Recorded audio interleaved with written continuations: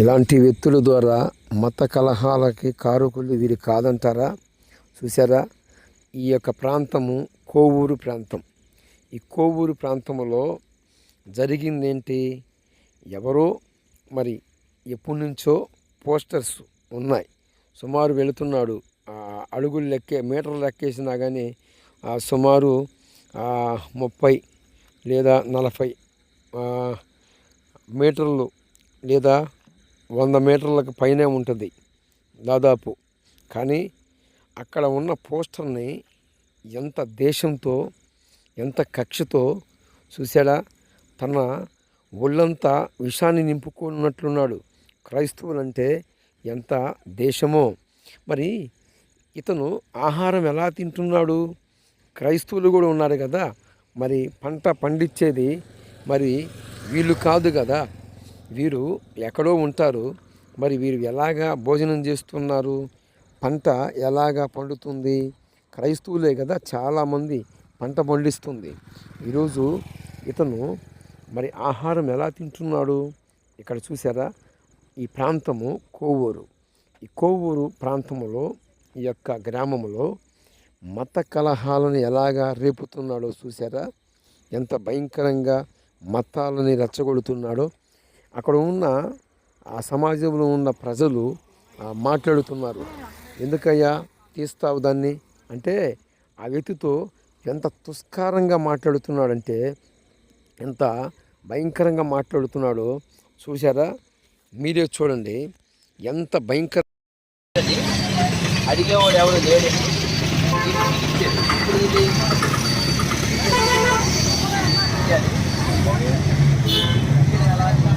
సాయం చేయి, పోవయా చెప్పు. నీళ్ళంటాడు వల్లనే వచ్చింది ఈరోజు ఇలాగా. ముందు వేయించా, గుడిలో పెట్టచ్చా, మీ ఇంట్లో పెట్టుకో, మీ ఇంట్లో పెట్టుకో, గుడి దగ్గర పెట్టచ్చా, రేపు ఉదయం గాజులు వేసుకుని వచ్చాయి. గుడి ముందు పెట్టచ్చా చెప్పు, మీ ఇంట్లో పెట్టుకో.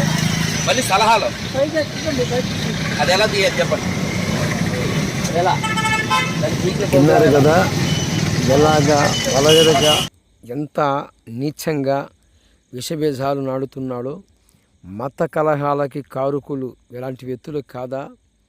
చూస్తున్నారా ఎంత భయంకరంగా ఆ ప్రాంతంలో ఉన్న ప్రజలకి ఎలా విషబీజాలు నూరిపోస్తున్నాడో. ఇలాంటి ఎత్తుల ద్వారా సభ్య సమాజంలో ఉన్న ప్రజలు ఏమైపోతారు? తెలియని అమాయకులు బలైపోతారు. ఇలాంటి మత బీజాలు, ఇలాంటి మత ఉన్మాదులు మాటల ద్వారా వారి యొక్క గ్రామము ఏమైపోతుందో. ఆ కోవూరు ప్రాంతంలో ఉన్న ప్రజలే ఇలాంటి వ్యక్తులకి సరైన గుణపాఠం నేర్పించాలి. ఇంతవరకు ఆ ప్రాంతంలో ఎవరు చూడలేదా? ఎందుకు అంత ఆతురతతో, అంత కక్షతో మరి ఎలాగా ఆ పోస్టర్ని సింపేస్తున్నాడు? వాస్తవంగా ఆ ప్రాంతంలో ఉన్న ఆ పరిస్థితులను బట్టి వారు ప్రశాంతంగా ఉన్నారు. ప్రశాంతంగా ఉన్న ఆ స్థలం దగ్గరికి వెళ్ళి, ఆ ప్రాంతం దగ్గరికి వెళ్ళి ఇలాగా ఆ ప్రాంతాన్ని ఈ రీతిగా విషబీజాలు నాడటము సమరస్యమేనా? కరెక్టేనా? న్యాయమేనా? చూడండి, ఆ ప్రాంత ప్రజలే ఇలాంటి వ్యక్తులకి బుద్ధి చెప్పాలి. నేను ఏమి చెప్పదలుచుకున్నాను ఆ ప్రాంత ప్రజలకంటే, చూడండి మరి ఈ ప్రాంతంలో ఉన్నవారు గమనించండి ఏం మాట్లాడుతున్నాడో ఒక్కసారి గమనిస్తుంటే. మనకి పుట్టినోళ్ళు, ఇంటి పేరు లేకపోతే బతకలేని వాళ్ళు, సర్టిఫికెట్లో హిందూ లేకుండా బతకలేని వాళ్ళు, మన గ్రంథాల్లో పేరు లేకుండా బతకలేని వాళ్ళు మనకు పుట్టినోళ్ళే. వాడి పేర్లు వాళ్ళ అమ్మా నాన్న పేర్లు పనికిమాల బైబిల్లో ఉండవు. గుడి ముందు కట్టకూడదని ఇంగితం ఉండక చూడు, అక్కడ చూడు,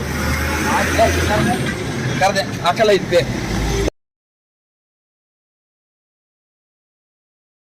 మాట ఎలా మాట్లాడాడో చూసారా? వయసు ఎంత ఉందండి? ఎవరన్నా మరి వయసులో 16, 20 సంవత్సరాలు లేక 30 సంవత్సరాల వాళ్ళు మరి కోపాడ్డారంటే అది వేరు. ఇక్కడ చూసారా ఎంత భయంకరంగా మాట్లాడుతున్నాడో ఈ యొక్క మనిషి. ఏమంటున్నాడు? మనిషి అంతానికే నాకు చాలా అవమర్యాదగా ఉంది. ఇతను మనిషి కాదు. ఒక మృగానికి ఆబోదిద్దామా? మృగాలు నయం ఈ యొక్క డిస్కీ బాబా. ఇతను ఎంతో పరిశుద్ధుల్లాగును, ఎంతో పవిత్రుల్లాగును, ఎలాగా అటు చూడండి ఎంత మతాలని సామరస్యంగా ఉన్న, ప్రశాంతంగా ఉన్న ప్రజల మధ్య ఎలాంటి బీజం వేయాలని చూస్తున్నాడు అంటే, విష బీజాలు నాటాలని ఎలాగా అక్కడికక్కడికి ఎలా తిరుగుతున్నాడో గమనించాడా? అక్కడ ఏమన్నాడు? ఎంత నోటికొచ్చి ఏ మాట పడితే ఆ మాట మాట్లాడుతున్నాడు. చూసారా? క్రైస్తవులందరూ కూడా, ఆ కోవూరు ప్రాంతంలో ఉన్న క్రైస్తవులందరూ కూడా సరైన గుణపాఠం నేర్పుతారని నేను నమ్ముతున్నాను. ఎందుకు అంటే, క్రైస్తవులే కాదండి, ఇతను ఆ కోవూరు ప్రాంతంలో ఉన్న ప్రజలందరూ ప్రశాంతంగా ఉన్నారు. వారు ఇంతవరకు చూడలేదంటారా? ఇంతవరకు వారికి తెలియదంటారా? కానీ ప్రశాంతంగా ఉన్న ఆ గ్రామస్తుల మధ్య కారుచిచ్చులాగా ఎలాగా పెడుతున్నాడు చూసారా? వారు ప్రశాంతంగా వారి యొక్క పనులని, వారు జీవనోపాధిని జీవిస్తున్నారు. కానీ ఈ యొక్క 100 మంది పిల్లల్ని కనాలి, నేను 100 మంది పిల్లల్ని కంటాను అన్న వ్యక్తి పరిశుద్ధుడుగాను, ఎంతో ఎత్తుగాను, సమవెత్తిన ఎత్తుగాను మాట్లాడుతున్నాడు. చూసారా? ఇతని వీడియో క్లిప్పులు గతంలో ఇప్పటికీ వైరల్ అవుతూనే ఉన్నాయి. నేను 100 మందిని కనాలి, నేను 100 మందిని కంటానన్నాడు. ఈరోజు నేను అడుగుతాను, సరే ఆ మాటలకి పక్కన ఉంచితే, ఇక్కడ ప్రశాంతంగా ఉన్న గ్రామానికి వెళ్ళి ఆ గ్రామంలో ఉన్న ప్రజల మధ్య ఈ రీతిగా చిచ్చుబెడుతున్నాడు. కొంచెము గమనించండి, గుర్తుపట్టండి. ప్రేమైన భారతదేశ ప్రజలారా, ఇలాంటి మత ఉన్మాదులకి సరైన గుణపాఠం నేర్పిస్తారని నేను నమ్ముతున్నాను. క్రైస్తవులు పంట పండిస్తలేదా? నువ్వు ఎలా భోజనం చేస్తున్నావు? ఎలాగ నువ్వు ఆహారం తింటున్నావు? మరి క్రైస్తవులు పీలుస్తున్న గాలి నువ్వు పీలుస్తున్నావుగా. క్రైస్తవులు పీలుస్తున్న ఆ గాలే నిన్ను తాగుతుందిగా. మరి ఎందుకు అంతగా ప్రలోభాలు పలుకుతున్నావు? ఎందుకు అంతగా ఇషబీజాలు నాడుతున్నావు?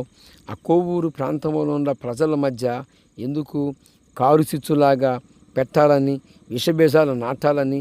ప్రజలు ప్రశాంతంగా ఉంటే ఆ ప్రజలందరినీ అలా వారి మధ్య చిచ్చుబెడుతున్నావు.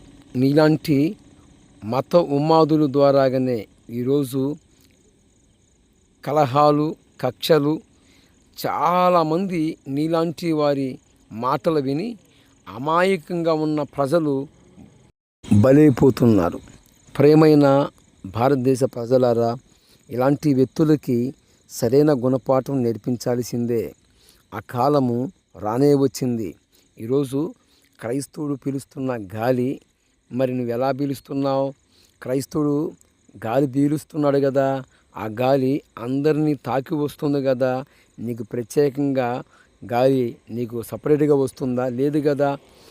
మరి క్రైస్తవుడు పీలుస్తున్న గాలిని పీలుస్తున్నావు, క్రైస్తవుడు పండించిన ఆహారాన్ని తింటున్నావు. ఈరోజు క్రైస్తవుని మరి కనిపెట్టిన బలుపు, సెల్ ఫోను, అనేక రకాలైన పరికరాలన్నీ కూడా వాడుకుంటున్నావు. ఆఖరికి మరి క్రైస్తవుని నమ్ముకున్న దేవుడి మడికి నీకు వద్దు. అయితే మరి నీకు నరకాన్ని తప్పించిన దేవుడు ఎవరున్నారు? కామ, క్రోధ, లోభ, మోహ, మదమత్సరాలనే వాటిని జయించినవాడు కదా దేవుడు. నీవు ఎవరినైతే ఆశ్రయించావో, ఎవరికైతే దండాలు దాసకాలు పెడుతున్నావో వారు నీకు మోక్షం ఇస్తారా? లేదు కదా. వారికే దిక్కు లేదు. మరి ఈ సంగతి నువ్వు గుర్తించవా? ఇంకను ఈ యొక్క మత కలహాలకి కారుకుడివైన నీవు ఈ యొక్క మత కలహాల నుంచి ప్రజలని కాపాడటానికి సామరస్యంగా ప్రేమ కలిగి మాట్లాడటం నీకు తెలియదా? ఏం మాట్లాడుతున్నావు? ఎందుకు మతాలను రెచ్చగొడతావు? ఎందుకు సస్యశ్యామలంగా ఉన్న ఆ ప్రజలు, ఆ గ్రామ ప్రజల మధ్య విషబీజాలు నాడుతావు?